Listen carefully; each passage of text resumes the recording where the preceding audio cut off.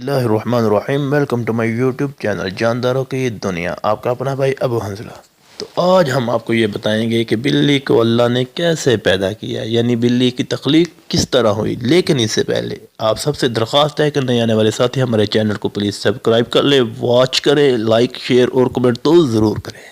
تو آئیے بڑھتے ہیں اپنے موضوع کی طرف اور جانتے ہیں کہ بلی کو اللہ نے کیسے پیدا کیا۔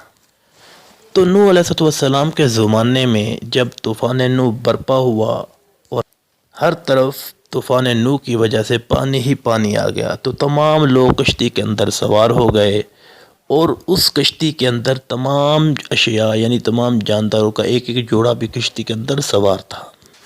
اب اس کشتی کے اندر چوہا بھی تھا، تو آپ کے جو ساتھی تھے یعنی نوح علیہ السلام کے صحابی تھے، تو انہوں نے آپ سے عرض کی کہ اے اللہ کے نبی، یہ ہمارا سامان چوہا تو خراب کر دے گا، تو اب اس کا کیا حل ہے؟ تو حضرت نوح علیہ السلام نے اللہ سے عرض کی کہ یا باری تعالیٰ، اب اس کا کیا حل کرے؟ تو اللہ تبارک و تعالیٰ نے اس وقت کشتی کے اندر ایک شیر سوار تھا، اللہ نے اس کے دل کے اندر یہ بات ڈالی کہ شیر تو چیخ مار۔ شیر چھینکا، اس نے چھینک ماری تو اس کی چھینک سے اللہ نے بلی کو پیدا فرما دیا، یعنی بلی کی تخلیق شیر کی چھینک سے ہوئی۔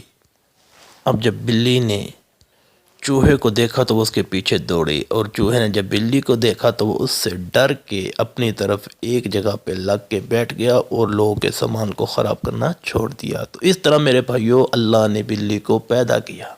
اگر آپ کو میری یہ معلوماتی ویڈیو اچھی لگی ہے تو پلیز میرے چینل کو سبسکرائب کریں اور لائک اور شیئر اور ویڈیو کو کمنٹ وغیرہ ضرور کریں۔